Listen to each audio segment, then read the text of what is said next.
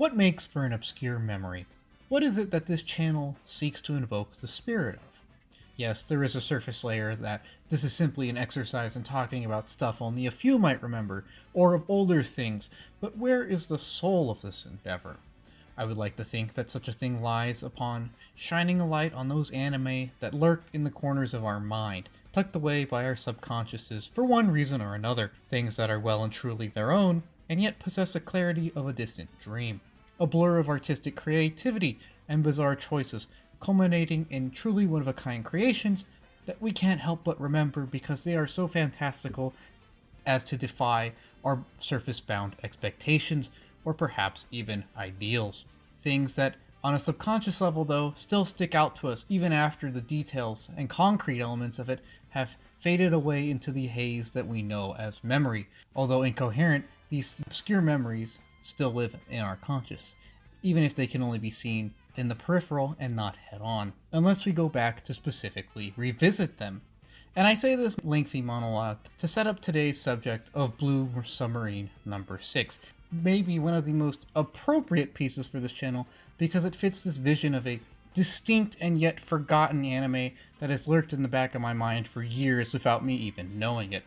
Now, Blue Submarine No.6 is a 4-part OVA released from 1997 to 1998 by Gonzo, which was later dubbed, edited, and aired by Toonami in November of 2000 for younger American audiences. Now, it has been suggested to me several times by several viewers, and I didn't think I had seen it. I didn't remember the title or anything until I got to a certain scene in the movie, and I'll point that out when we get there. At which point I realized that I had seen this all those years ago, and that this single scene had been lurking in the back of my mind for decades now, and it was a very odd feeling knowing that I had this obscure memory within me and revisiting its source material. And as a whole, Blue Submarine No.6 feels very unique and memorable, and yet I also completely understand how it is obscure these days, seeing as that I just rewatched it twice, and while it is something that is very iconic and distinct in my mind, it's already kind of a blur. I don't necessarily think that this is because it's a weak piece though, but just because of how fantastical and bizarrely creative a lot of early or obscure anime memories like this were for their time and even are today. It's so unique that it can't be completely forgotten, even if said unique elements do lend it a dreamlike quality in my mind. And I think this is evidenced by my remembrance of the single scene I'll point out later. This is a perfect example of an OVA, or an anime in general, that can elicit the dreamlike haze of an incomplete memory, because they themselves seem like something which surpasses our own logic and our own fancies. Something which is fantastical to the point where we don't even know if we're remembering it correctly, even if we are. But this sentimental rambling is yet to get to the point. Is Blue Submarine No.6 worth a watch today? Well, as a somewhat objective reviewer, I hope to answer that question, although I will say that at the end of the day, the power lies in your hands, whether or not you watch it. I will say right off the bat though that I do love the premise, looks, scope, and gravity of this OVA, but I also do have gripes with some of its character decisions and writing. There's a lot to unpack here, so let's get into things. Plot time.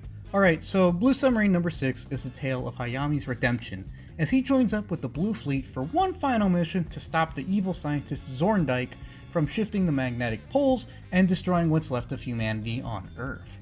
You see, Zebulon was once a man with the biggest brain, but decided to use his brain for evil, causing devastating flooding worldwide by melting the polar ice caps, and creating a race of mutant hybrids to rule over the newly created oceans, and kind of, perhaps, maybe, sort of, definitely kill off the few remaining humans.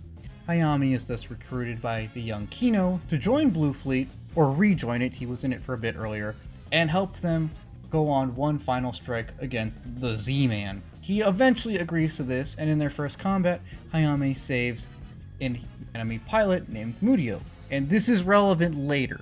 Anyways, Blue Submarine No.6 gets tracked to their secret blue base. The Blue Fleet plots to destroy Zorndike's super secret Antarctic base from there. Zorndike makes a Zoom call to tell everyone that humanity's lame. Verg, Zorndike's psychotic, quote, son, blows up Mother Base, and then Hayami stalls to buy everyone else enough time to escape. He does this successfully and then nearly dies, but in turn is saved by Mutio from earlier. That's called setup and payoff. The two of them then get stuck on this giant piece of metal for a bit and learn the importance of respecting others, I guess, while enduring some kind of uncomfortable tension. Anyways, one of the Musica class, Zorndike's weaponized whales, then picks up Hayami and says, "You're a good guy because you saved this one person who you could have killed." He then tells Hayami that, quote, "war is bad," and convinces him that he needs to have a chat with the Z-Man in order to get everyone to calm down and just kind of end this whole pointless affair. Hayami agrees to this as the surreal cetacean gets blown up by the Blue Fleet for getting too close, as literally everyone converges on the super secret Antarctic base that no one knows of, other than everyone that knows about it. So then Kino and Hayami decide that talking is probably better than nuking, and that the whole nuking Antarctica plan is not a great idea, so they decide to go talk to Zorndike himself. While the two fleets massacre each other, H and K make their way to the Z-Meister and talk with Zorndike to see if this is just one big test for humanity, and if passing it will convince him not to kill everyone. Anyways, this plan goes from, let's talk to Zorndike, let's see if we can talk things over with him, to, let's listen to him bitch for 15 minutes because he literally wired his heart to a device that will destroy the world, meaning that killing him will trigger a pole shift no matter what. I don't like this, we'll get more into that later. Kino also then almost shoots him, but Hayami stops her because A, killing him would kill everyone else because then the poles would definitely shift, and B, that would be immoral. Now I know that sounds like a joke, but that's an actual point that is brought up at that moment in that scene. It is very weird and awkward. It's not the best ending, guys. Zoro then seems slightly impressed that they didn't just shoot him when they had the chance, so he gives Hayami this berry and lets the two just kind of walk off. And then he literally dies off screen in the next scene, and Verg assaults Hayami because he says that he killed him? He didn't. And the latter doesn't defend himself because, and I'm quoting here, Zorndike would want them to communicate instead of fighting. Again, it's very important that we respect the memory of the largest murderer ever. Mutio then shows up for one last scene, looks at Hayami, and then swims off with Verg, while Kino and Hayami get picked up by Blue Submarine No.6 to continue their lives into the future? I don't know, the ending's kind of vague. Cut the credits. Now I think it's obvious by my presentation here that I really don't care for the way this series concludes, and I will explain that right quick before getting into everything else. I try to be positive on this channel, and I understand that my tastes are kind of weird, that if I like something, it's perfectly fine if some other people don't. There are a lot of series on this channel which I will defend, but also say that, look guys, if you don't like it, that's perfectly fine, that's your opinion. However, by that token, I think it's perfectly fine for me to say that, sometimes something sucks, and the ending here is one of those things. And I do think there are reasons that make it objectively bad, and I will try to explain those. I hate the ending and almost everything Zorndike related for that reason. I don't think that the writing is necessarily too incompetent, it's just something that I find incredibly irritating. First off, I don't think whoever wrote any of this knows how the actual science of it works, because shifting the magnetic poles would mess up the Earth's magnetic field, something that they do say, and while that does sound scary, it's also important to note that this is something that's already happened in the real world. The magnetic poles in the real world are not stationary and continuously shift every so often over the course of time. And while this does pose issues to modern technology, it wouldn't necessarily dissipate the magnetic field as a whole. In addition, it's important to note that even if the magnetic pole gets weaker during times of pole reversal or shifting, there's a thing called the atmosphere, which also protects Earth from a lot of cosmic radiation. What I'm saying here is that while the idea of a magnetic pole shift does sound scary and science fiction-y, it's a thing that happens in the real world, and as far as we know, could cause some hiccups, but not necessarily mass extinction or an overnight destruction of the polar ice caps. Okay, but say in this universe of Blue Submarine No.6, doing this would destroy the magnetic field. Well, then what? As noted earlier, it's critical to all life, so, getting rid of it wouldn't just kill the humans, it would kind of just kill, everything? So, is Zorndike planning to kill his own guys? Well, he's a scientist, so I assume that, well, maybe he knows this, and maybe that's part of the plan, because he's just some kind of hardcore nihilist now. But if that's the case, well then, play into that. The Z-Man's screen presence is about on par with that of the tracking lines from the VHS rip of this. And what I'm saying here is that this guy he's flat. He has no presence, and he has no real point to his character, but we'll get to that when we get to that. Just know for now, though, that the simple moral of humanity is inherently flawed, and we need to learn to live in harmony is fine in a vacuum, but is blown completely out of the water here because it's something proclaimed by Zorbulon, who is also the guy whose senseless actions kill billions of innocent people just because he was affected by personal tragedy. So it is kind of intensely hypocritical, is what I'm saying here. It's not the best presentation of this simple moral. But maybe Zorndike himself is a flawed person, because he does say that everyone's flawed, so reasonably that would apply to him as well. So maybe one of his points is that even he is flawed. However, he kind of plays that as a way to just kind of give him an excuse to do everything that he does and to not care about any of the consequences. I really hate how his response to basically everything is, oh, okay. Like, that's not the right response to someone accusing you of killing billions of people. And, you know, if that accusation is true, which it is in this case, I don't think that show of apathy is appropriate. So why should he get a pass for all of his past transgressions? He shouldn't. I don't care if he's misunderstood or sad or whatever. He willingly and consciously went out of his way to kill billions of innocents. And I feel that has to count for something? But the show kind of tries to rehabilitate him anyways, and I hate that, and it really sinks the ending for me. Also, if Zorndike's heart monitors the pole shift, and he dies anyways, does that mean the pole shift is still happening, or is his heartbeat completely independent of his own life? If that's the case, doesn't that mean that Kino could have just shot him anyways, free of consequences? Why couldn't we get that ending? Is everyone gonna die or not? I don't know, and the series doesn't make this clear, but I was kind of so irritated with Zorndike by the time that he did die that I didn't really care. And again, this isn't helped by the fact that he dies with 2 minutes left in the series, so yeah, not a lot of room to flesh things out at the end. Also, Mutio joins back up with the abusive war criminal Verg, and that's just yucky. Man, just frig this ending. Tangent aside though, there is more to this piece than just the stuff I dislike though. For one, Blue Submarine No.6 has a great setting, and indeed many of its surface level and technical aspects of this production push themselves as far as possible to mask some of the more serious writing issues beneath the surface. The post-apocalyptic Earth in this scenario is a great one as a water world, unfortunately bereft of Kevin Costner in this case, is a very creative way to balance the playing field. Since humans are terrestrial, the setting of a water world is an inherently stressful one and adds tension to the entirety of the piece because we know that the people here need all of their tech just to survive, let alone have any chance of winning.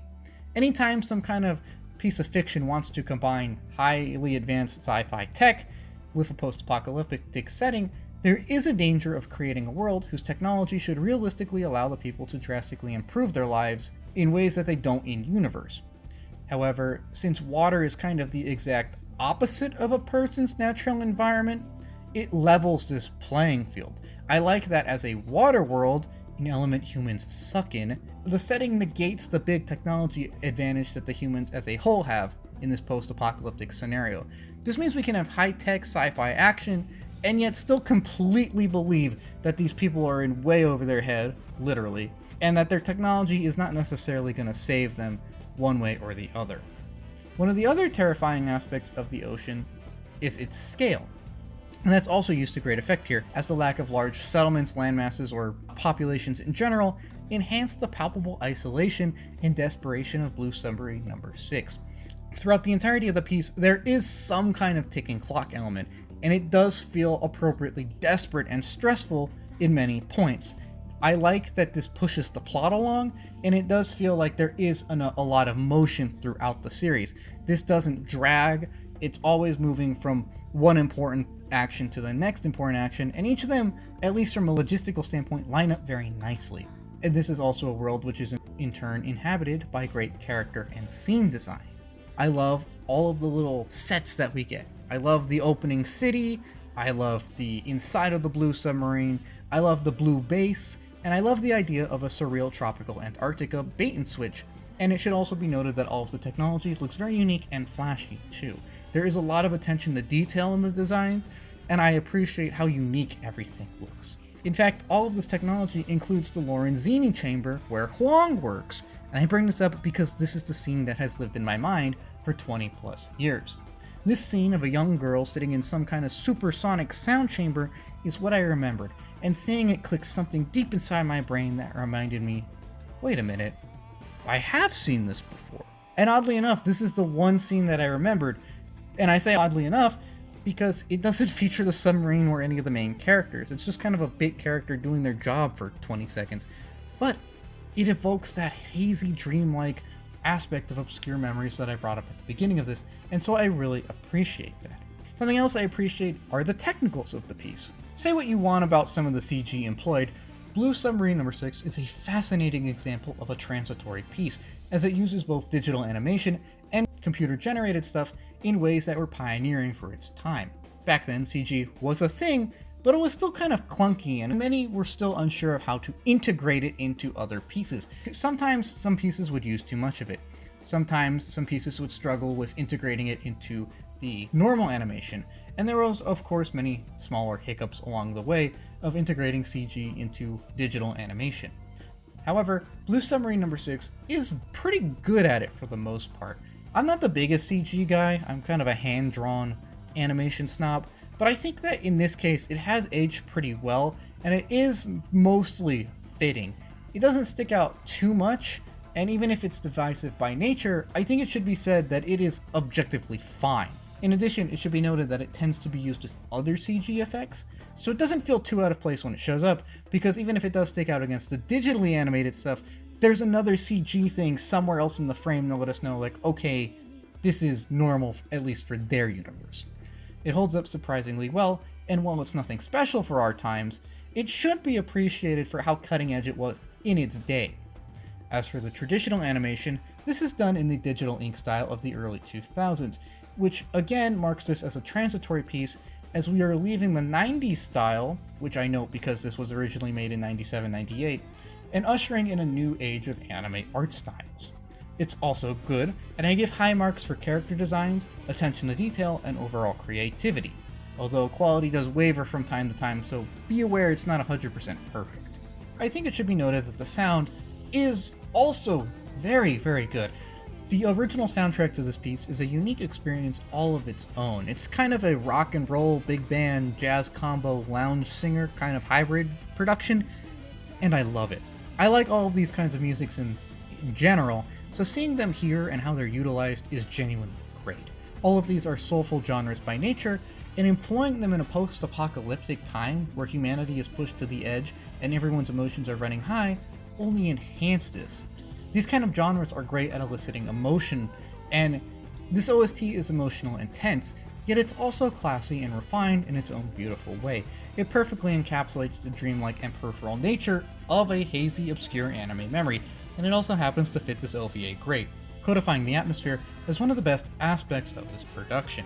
And I do think that a lot of credit should be given to The Thrill, the band here, for creating such an original and unique soundtrack that does a great job both standing out on its own and lending some kind of subtle emotional dimension to this bizarre production. Bizarre is not a bad word, by the way. The only thing that I have to say about the sound that is not a compliment is that the mixing is not always the best, and depending on what version you watch, every version I saw had at least some small issues with mixing early on. Sometimes the music was a little out loud at points. Since I saw this 20 some odd years ago on Toonami, I also know that this is one of those early 2000 adaptations where an anime was censored in order to appeal to younger Western audiences than perhaps intended, and the Toonami Dub is no exception to this. Although I will defend it as unintentionally funny, a great childhood memory for many, and still overall competent.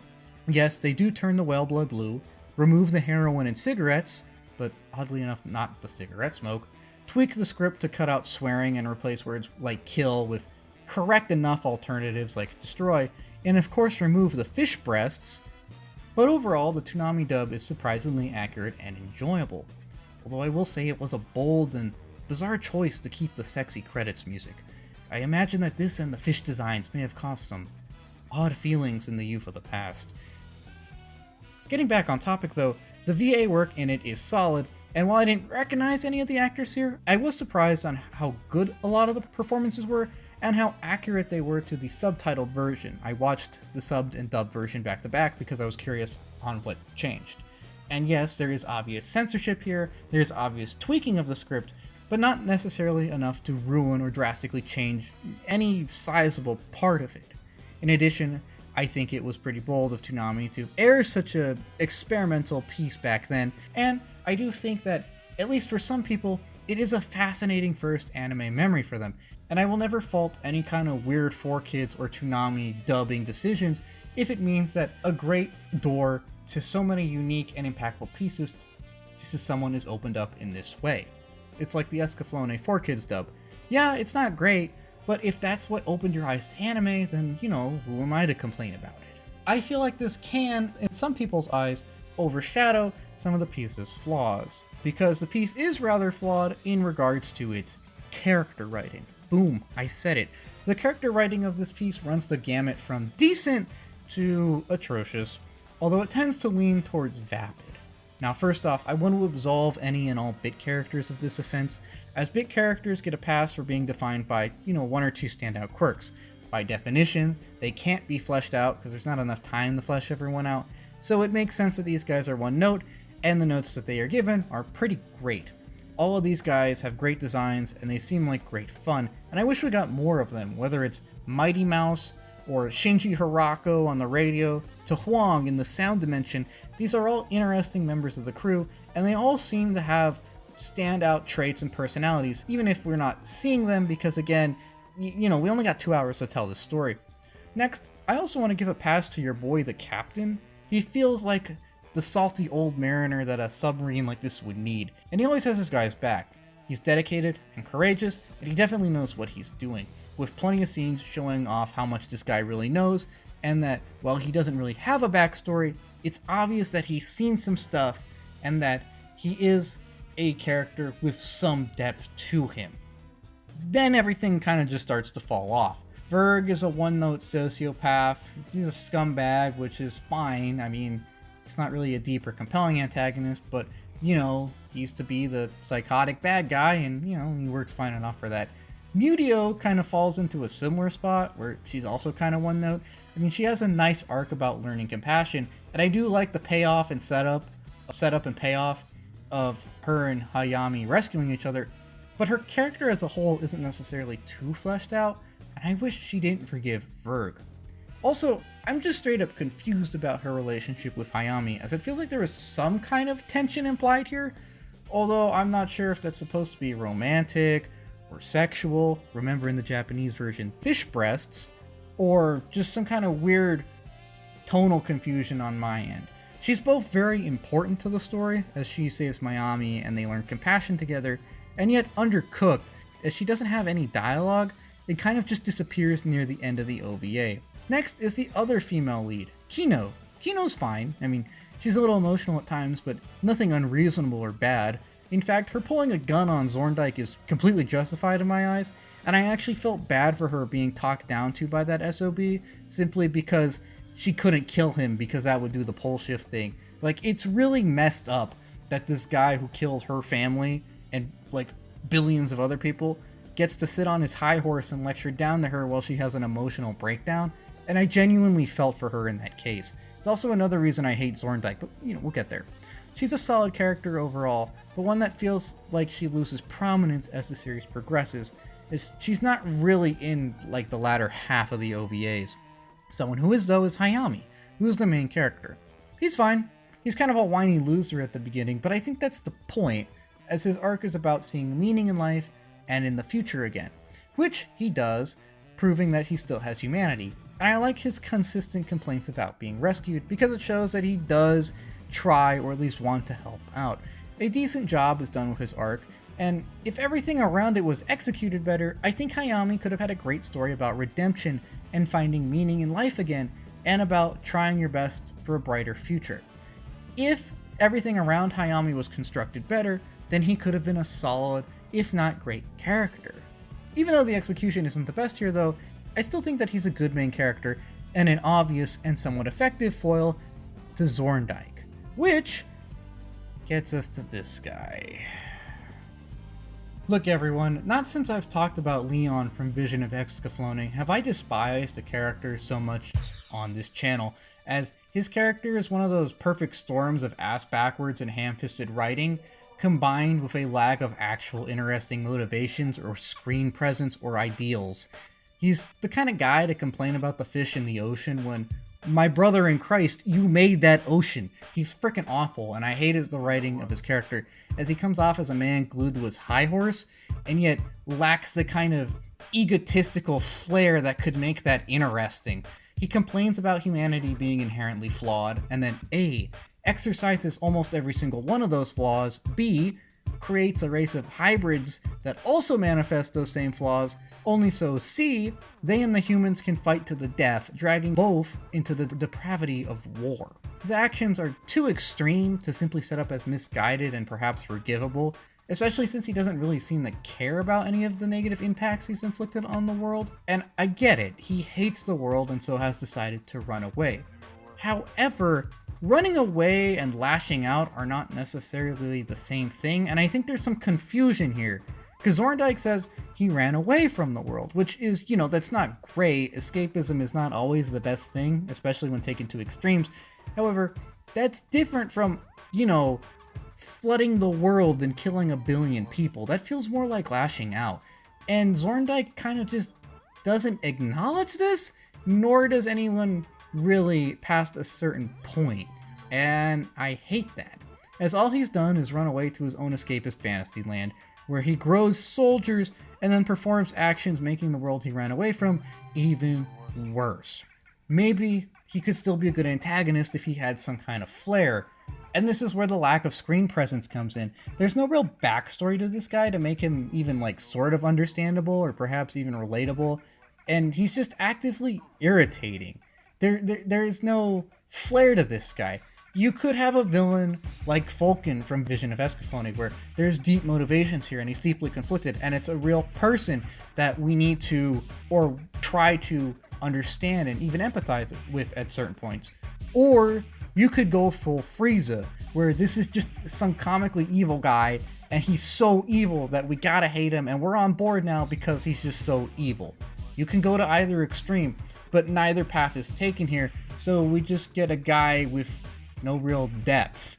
There's no interesting philosophical or political theory endorsed by this guy. There is no interesting philosophical concepts explored by him. There's no kind of thinking side to make his actions seem logical in either his mind or even just to provoke thinking on the part of the viewer. There's no appreciable depth here. And this is sloppily covered by a layer of preachy pontificating.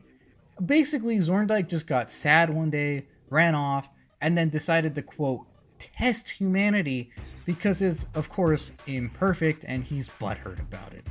His character presence doesn't feel tragic or hateful or really anything really, but every time he talks it's just so preachy and hypocritical that I can't help but cringe whenever he's on screen. And yes, I know people like this exist in the real world, so we could argue, well, it's not that unrealistic, and it is true. There are people like this in the real world, and Zorndike manifesting real-life behaviors like those does show them to be detrimental. I could get behind this if we saw that this led to his downfall, and somehow we internalize that, maybe we shouldn't just give up all the time. Maybe if we want to preach understanding, we should try to understand others. Maybe we shouldn't be hypocrites on our high horse. I think that Zorndike's character could have worked if that was the end moral. So then why did they try to rehabilitate this guy? Zorndike never gets off his high horse, he never admits it was wrong to kill billions of people, he never even admits that, maybe he's also imperfect and that humanity might have a positive trait here or there.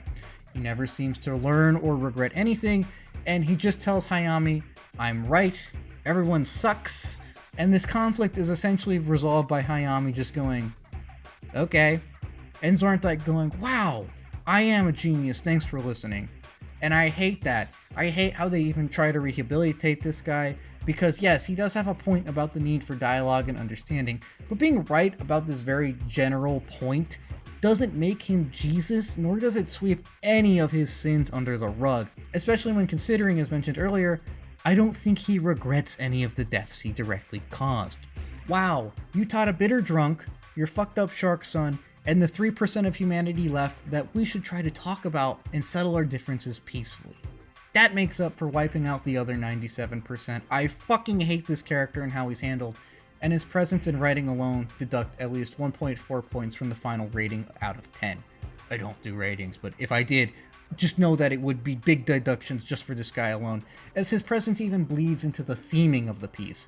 The decent generic central theme of let's try to respect and listen to everyone is butchered by the fact that it's put in the hands of this hypocritical asshole, and placing it in the hands of a borderline sociopath preaches it in such a ham-fisting and irritatingly hypocritical way, ensures that this sound moral is buried under several miles of hypocrisy, apathy, and disappointment. That being said, I don't think I would consider Blue Submarine No.6 a disappointment though. Yes, I think I hate the ending, but that's more because of character writing than the actual world situation or the logistics of it. If people who are less character focused than I watch this, I'm sure they'd be more okay with it, and this is more of a me issue.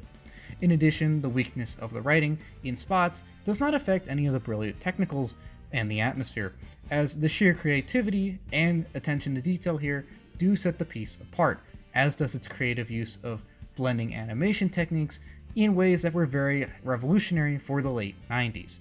It's a bizarre and fascinating one-off, hampered by somewhat dated animation, weak character writing, bizarre decisions, and at times actively irritating writing. It's fine, but it definitely feels like a piece that peaks way before its final scenes, as its ending is relatively weak. But for many, it was also a beginning. Remember, this is one of the most obscure things from even the days of Toonami, from the frontier days of anime in America. Frontier days that channels, and indeed viewers like us, hope to preserve.